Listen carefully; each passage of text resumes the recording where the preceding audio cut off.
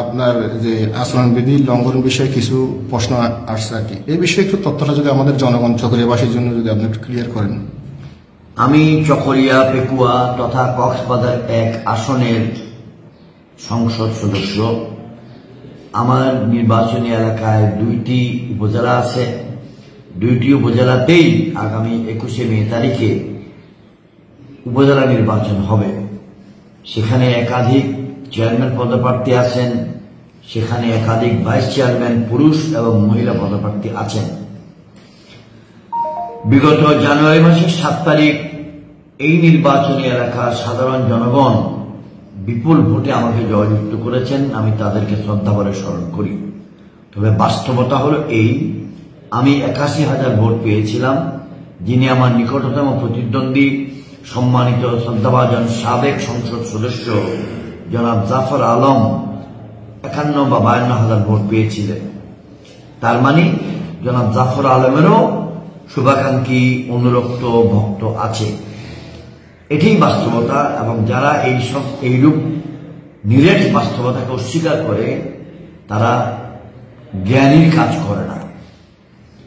আপনি আমাকে প্রশ্ন করেছেন এই উপজেলা নির্বাচনে আমি কি আচরণবিধি ভঙ্গ করছি, বা আমার প্রসঙ্গে গত 28 এপ্রিল 27 এপ্রিল ছোট ছোট মাধ্যমগুলোতে রিপোর্ট বেরিয়েছে, পত্রিকায় এসছে যে আমি নির্বাচনী আচরণবিধি ভঙ্গ করছি। আমার বিরুদ্ধে স্পেসিফিক অভিযোগ হলো আমি বর্তমানে দায়িত্বরত উপজেলার চেয়ারম্যান জনাব ফজলুল করিম সাঈদীর পক্ষে ভোট চাইছি। আমি এই বিষয়ে নিম্নরূপ ব্যাখ্যা প্রদান করছি। একজন প্রার্থীর পক্ষে আমার বক্তব্যটা দাঁড়াবে যখন একজন ব্যক্তি প্রার্থী হিসেবে নিশ্চিত হবে। আমাদের সামনে 4-5 জন প্রার্থী আছে। আমি আপনাদেরকে এই বক্তব্য দিচ্ছি সকাল 11:05 11:05 AM 29 এপ্রিল 2024। আজ অবধি 5-6 জন প্রার্থী উপজেলা চেয়ারম্যান হিসাবে চকরিয়া থেকে নিজেদের প্রার্থীতা ঘোষণা করেছেন, মনোনয়নপত্র জমা দিয়েছেন, মনোনয়নপত্র বৈধ হয়েছে। তবে আগামীকাল 30 তারিখ এপ্রিলের কারা কারা ফাইনালি চূড়ান্ত তালিকায় থাকেন এটা দেখার বিষয়ে আমরা অপেক্ষায় আছি। অতঃপর 2 তারিখ তারা মার্কা পাবেন, প্রতীক পাবেন। প্রতীক পাওয়ার পর তারা প্রার্থী হিসাবে মানুষের সামনে দাঁড়াতে পারবেন। আগামীকাল যদি একজন মারা যায়, আগামীকাল 2 জন যদি প্রার্থীতা প্রত্যাহার করে, তাহলে আমাদের বক্তব্যের কোনো মূল্য নাই। আচরণ বিধি প্রযোজ্য হবে যে আমি কারো পক্ষে বলছি কি বলছি না, এটা প্রযোজ্য হবে 2 তারিখ মার্কা পাওয়ার পর। এবং 2 তারিখ মার্কা পাওয়ার আগে কোনো প্রার্থী নিজেও কোনো প্রকারের ভোটের প্রচারণা করতে পারবেন না। এটাই বাস্তবতা। তবে নিরেট বাস্তবতা হলো জনাব ফজলুল করিম সাঈদীর পক্ষে আমি প্রত্যক্ষভাবে ভোট চাই না। আমার পক্ষে এমপি হিসাবে সেটা চাওয়া বিধিসম্মত নয়। তাহলে আমি কেন বিধি ভঙ্গ করব?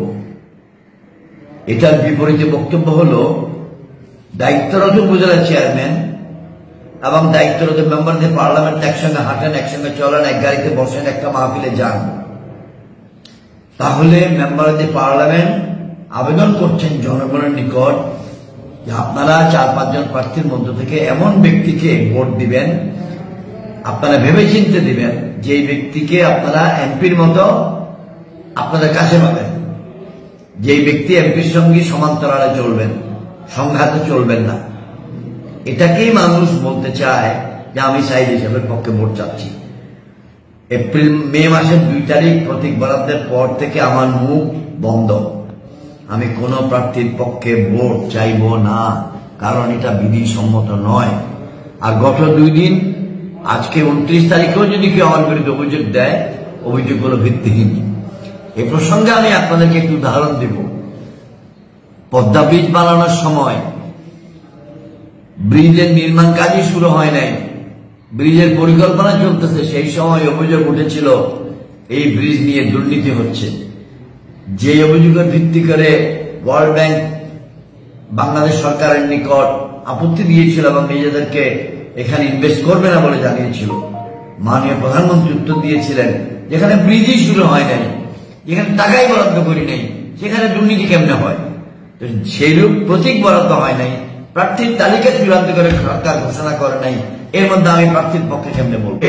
চকরিয়া পেকুয়াবাসী তথা বিশ্বব্যাপী বাংলাদেশব্যাপী যারা আমাকে ভালোবাসেন বা যারা আমার সমালোচনা করেন সকলের জন্য এই বিষয়টি ব্যাখ্যা করে দিলাম। স্যার, আমি আরেকটা কথা বলবো। আপনি এমপি হওয়ার পর থেকে আসলে চকরিয়াতে দেখতেছি বিভিন্ন অনুষ্ঠানে অ্যাটেন্ড করতেছেন কিংবা সেবা দেখছেন। আসলে জনগণের জনগণের কিছু অনাস্থা দেখাচ্ছে। আসলে এই গেপিংটা কোথায় একটু বলে দিন। কোথায় অনাস্থা দেখাচ্ছে এটা আমাকে ব্যাখ্যা করে বুঝাই দেন। বিষয়গুলা বলতেছে যে এমপি সাহেবকে অফিসে গেলে ঠিক মতো পাওয়া যাচ্ছে না। আমি নিজেও অনেক কে বুঝিয়েছি, ওনার বাড়ি আছে, নতুন বাড়ি চেঞ্জ করছে, একটা বাড়ি আছে, ওখানে যোগাযোগ করবে। উনি থাকে নিয়মিত একটা নির্দিষ্ট টাইম নিয়ে। এরকম কিছু জনগণের মুখ থেকে শুনছি। এই বিষয় নিয়ে একটু স্যার একটু বলে দেন। জনগণের মুখে তালা মারা আমার পক্ষে সম্ভব না, আপনার পক্ষেও সম্ভব না। জনগণকে আমি উৎসাহিত করব আপনাদের অভিযোগ দিতে, মতামত প্রকাশ করতে। এই যে আপনি আমাকে জনগণের পক্ষ থেকে একটা কথা বললেন, ধন্যবাদ। আমি সচেতন ব্যক্তি। 10ই জানুয়ারি শপথ নিয়েছি। 30শে জানুয়ারি থেকে আমার সংসদ হিসেবে, মেম্বার অব দি পার্লামেন্ট হিসেবে জীবন শুরু। আমার হায়াত সংসদ হিসেবে 5 বছর। 5 বছরের জীবন শুরু হয়েছে 30শে জানুয়ারি 2024। তাহলে জানুয়ারি পুরা মাস, ফেব্রুয়ারি পুরা মাস, মার্চ পুরা মাস, 30শে জানুয়ারি পরে ফেব্রুয়ারি পুরা, মার্চ পুরা, এপ্রিলের আজকে 29 তারিখ পুরা।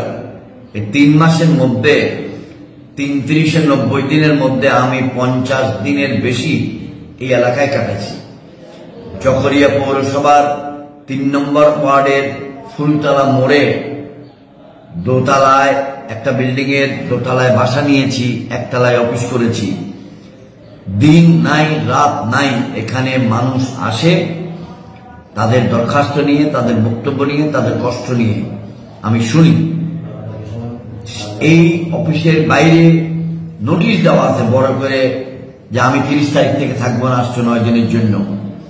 আপনি জনাব আরফান চৌধুরীকে আহ্বান রাখবো, সারা বাংলাদেশে কোনোখানে তদন্ত করুন কে এরকম করে। আর আমি যখন পার্লামেন্ট চলবে তখন ঢাকায় থাকবো। পার্লামেন্ট চললে আমার পক্ষে এলাকায় থাকা মুশকিল। আমাকে এখানে পাওয়া যায় না যারা বলে, তাদেরকে আপনি বলবেন তুমি অফিসে যাই খোঁজ করো। তুমি ঘরে বসে থাকলে এমপি তোমার ঘরে আসবে না, কারণ এমপি 2.5 লক্ষ ঘরে তো যেতে পারবে না একদিনে। এমপি অফিসে বসলে 2.5 লক্ষ মানুষ যেতে পারবে। ধন্যবাদ স্যার। আর একটা কথা আপনার মাধ্যমে জানাই দেই, এই সমাজের ব্যবস্থায় অনেক প্রকারের অসমনীয়তা প্রকাশ হয়েছে বাংলাদেশের সমাজে। একটা হলো ছেলেরা যেমন, কিশোর কিশোরীরা যেমন মেয়েদেরকে ইভ টিজিং করে, এরকম ডিজিটাল মাধ্যমে ফেসবুকেও মানুষ ছবিগুলোকে কাটিং করে পেস্টিং করে মানহানি করে। আপনার মাধ্যমে আমি সকলের প্রতি আহ্বান রাখছি তাদের বিবেককে জাগ্রত করার জন্য, এবং মেম্বার অব দ্য পার্লামেন্ট হিসাবে আমি সতর্কতা প্রদান করছি। এরকম ভাবে যদি কেউ মানহানির কাজ করে যেগুলো ভিত্তিহীন, কিন্তু কাটিং পেস্টিং করে সাইবার মামলা অপরাধ করে, তার কঠোর শাস্তি হবে আইনের মাধ্যমে। এই কথাটা যেন সবাই মনে রাখে। মেম্বার অব দি পার্লামেন্ট হওয়া বা না হওয়া এটা রাজনৈতিক প্রতিযোগিতা। একবার মেম্বার হয়ে যাওয়ার পর আমি সকলের এমপি। যারা আমাকে ভোট দেয় নাই তাদেরও এমপি, যারা দিয়েছেন তাদেরও এমপি। আমি সকলকে উদাত্ত আহ্বান রাখি, অত্র এলাকার উন্নয়ন কর্মকাণ্ডে, চকরিয়া পেকুয়ার উন্নয়ন কর্মকাণ্ডে, সামাজিক ব্যবস্থা উন্নয়নে আমরা যেন একসঙ্গে কাজ করতে পারি।